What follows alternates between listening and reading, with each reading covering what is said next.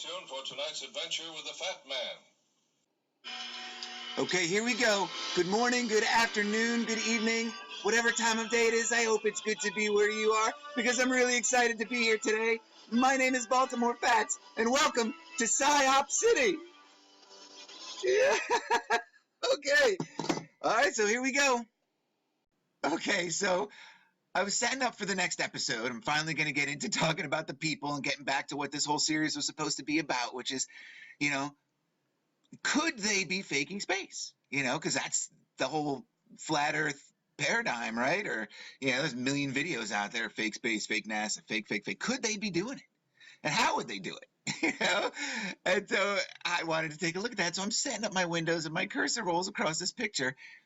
And again, I don't know how many times I did this for the earlier episodes, but today I see this. It says, fake colors, NASA photos, stop complaining.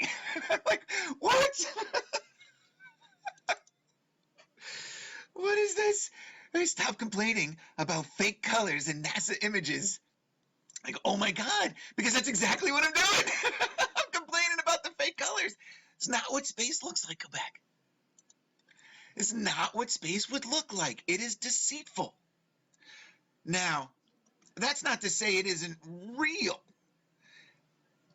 Because I don't know, right? And they have this whole spectroscopy thing. Oh, wait a minute.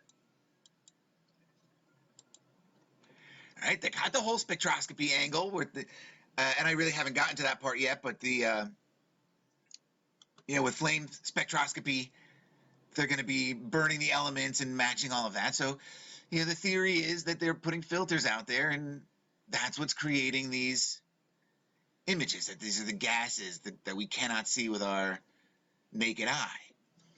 And so perhaps they may have scientific value, but what value does it have to Gen Pop? And that's the question, because this is not what we would see. But there are industry upon industry upon industry based around that this is what outer space is. Right? And at least that's the way I'm looking at it, right? Because that's not what we see. It's deceitful to show us this. It's deceitful to sell this to us as to what space exploration would look like with science fiction. Right? Now, the science fiction itself, and especially those earliest stories that they used to set the stage, that's a very basic level of deception that uses your imagination. They're not backing anything with images until the graphic form comes into play later on. So that just requires your imagination. But once they can give you images, because seeing is believing, right? They show you something, right? In the introduction, and the rest of the series is going to be about like the introduction of photo astronomy and that kind of thing, and the techniques that they use to blend their science, their spectroscopy science, that they're pushing, right, and using to create all of this industry and social control. How they're tying that in to create this space industry for themselves, right? And it's a cash cow, right? As we'll be getting to. But let's get to this guy. Yeah, okay. Tell me why I shouldn't complain. Tell me why I should not feel deceived by your images. That's what I want to know. Why should I not feel deceived? All right, here's that image, and it's pretty. All right, look at the pretty colors. All right, this gorgeous photo of the famous Crab Nebula combines an infrared view, combines a view. See, this is not a singular view. All right, I don't even want to finish that. All right, so this guy, astrophysicist at Ohio State University and chief scientist at the COSI Science Center. And he's also a host of Ask a Spaceman, Real Space, and COSI Science Now. So what's the COSI Science Center? Right? It's like a kids' museum. It's like the science center that we have here in Baltimore. Tourist attraction, cash cow. Right? Are people going to shell out $35 a head to come to look at a blank sky with just little pin dots in it that they could see any night? No. Look at all these ads, too. It's crazy. Nickelodeon, right? Get the kids in on it. Right? This is where he's chief scientist. Chief scientist, was it? Chief scientist, right? Right? We hear it all the time. Well, maybe you don't. But I get thrown this, but I get this thrown at me a lot. Hold on, let me do that again. We hear it all the time. Well, maybe you don't. But I get this thrown at me a lot. I'm sure he does. He sees tens of thousands of people a year, I bet, in his duties as an astrophysicist at The Ohio State University and chief scientist at the COSI Kid Science Center. We see beautiful images released by NASA and other space agencies. Ghostly nebulas giving tantalizing hints of their inner structures, leftover ruins and long dead stellar systems. Furious supernovae. Supernova? Caught in the act of exploding and newborn stars speaking out from their dusty wombs. Is that what that is? Is this an explosion?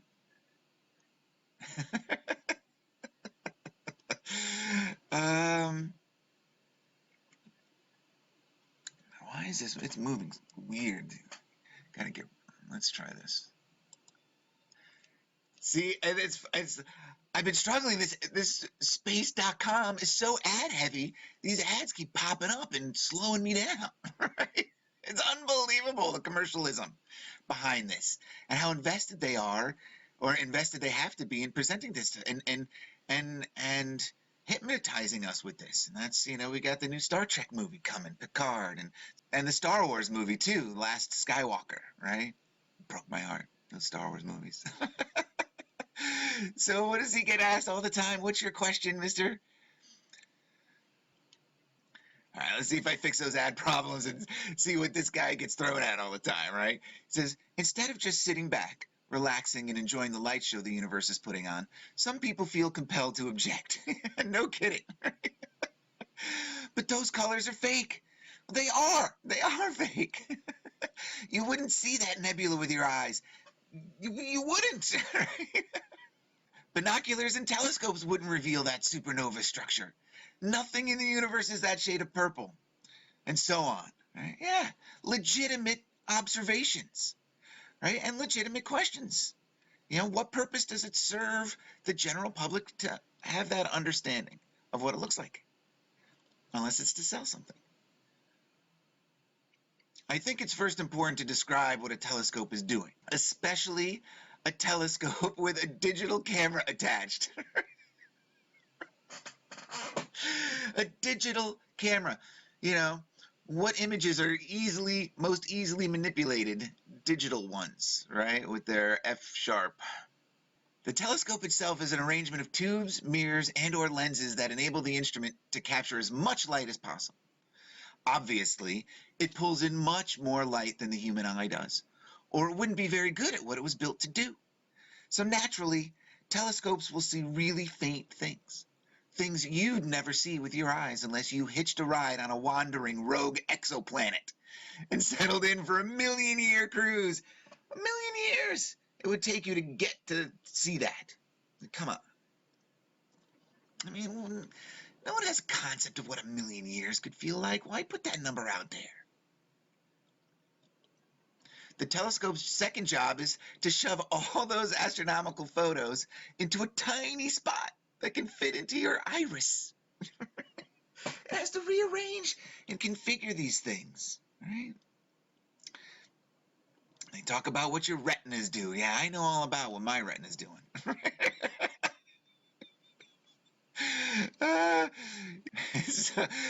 So our retinas, of course, are special sensors, right? And sensors, who make sense? Who makes sensors? What is it? It's unbelievable. Equinox makes digital sensors for the military. All right, so our retina special sensors, but the digital sensors The artificial retinas of the camera eye, right, aren't sensitive to all the colors. Right? They can only measure the total amount of light. They can only measure the total amount of light slamming into them. So to correct for this, they use filters. Right? Things that your eye, your very special eye, your creator's sensor. Right? But either way, the result is the same. Right? An avalanche of data about the properties of the light that hit the device at the same moment you were taking your picture. Fancy software algorithms reconstruct all this data into an image that kinda sorta approximates what your eyes would have seen without. Kinda sorta. Give me a break. You're chief scientist? An astrophysicist? Kinda sorta.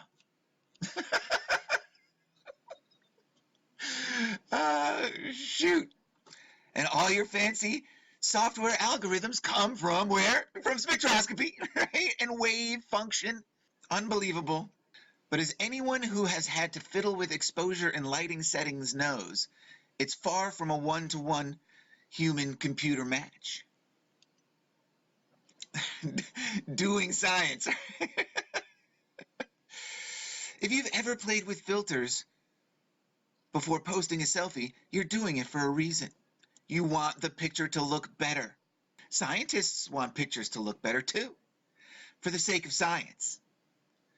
Okay, I get that, for the sake of science and understanding all of that. But what's being pushed onto the people is science fiction.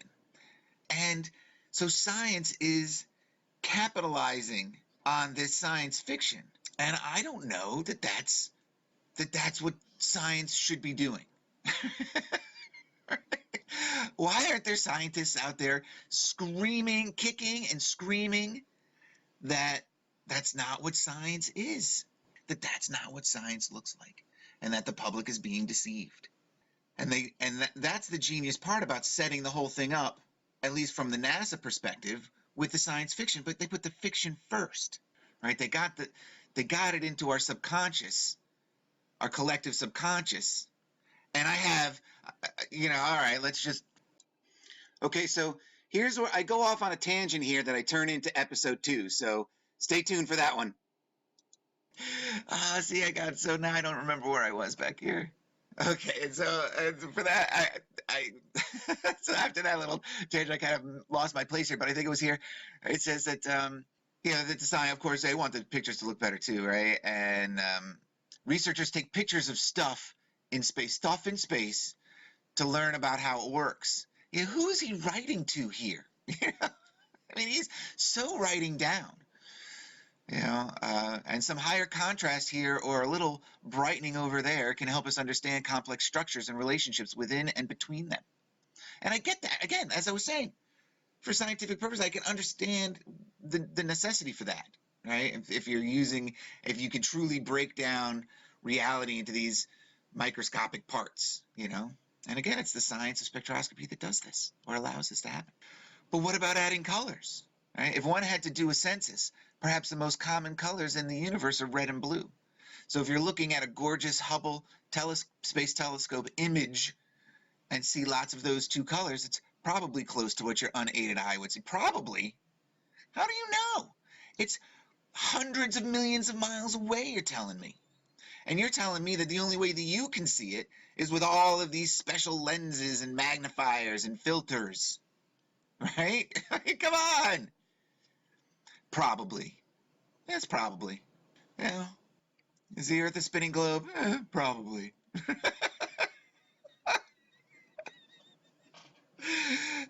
Shoot. The deal is, again, science. Right? Science. Right, but a broad wash of green, a sprinkling of bright orange. Astrophysical mechanisms don't usually produce colors like that. Don't usually.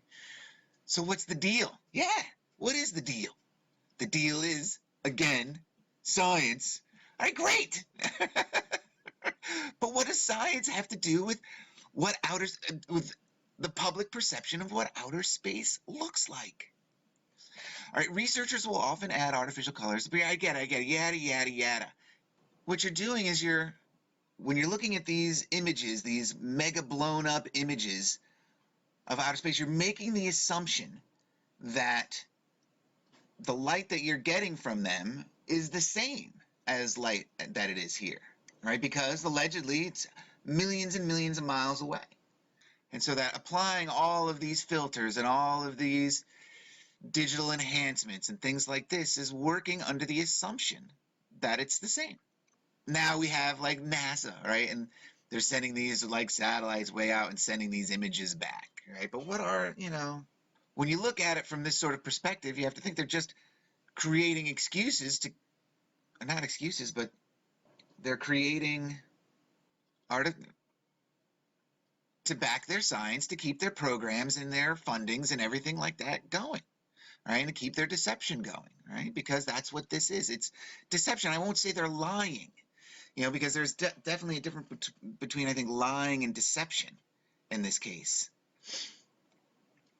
Because maybe that really is what it is. I don't know. But it certainly doesn't look that way. But they want us to think it does. And they put people like William Herschel here, who, by the way, do I have him up? Member of the Royal Society, or fellow of the Royal Society.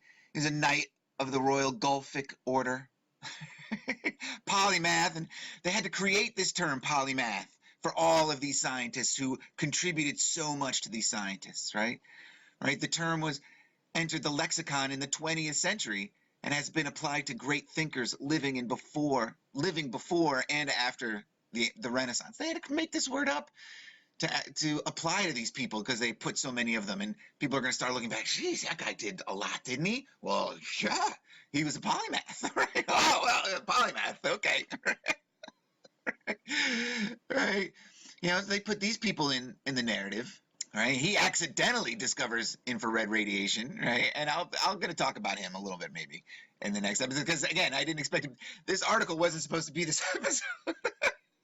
But I think it's a good lead into getting into the people in the visual element because, like I said, seeing is believing, and that's what the game becomes right in the early half of the 19th century.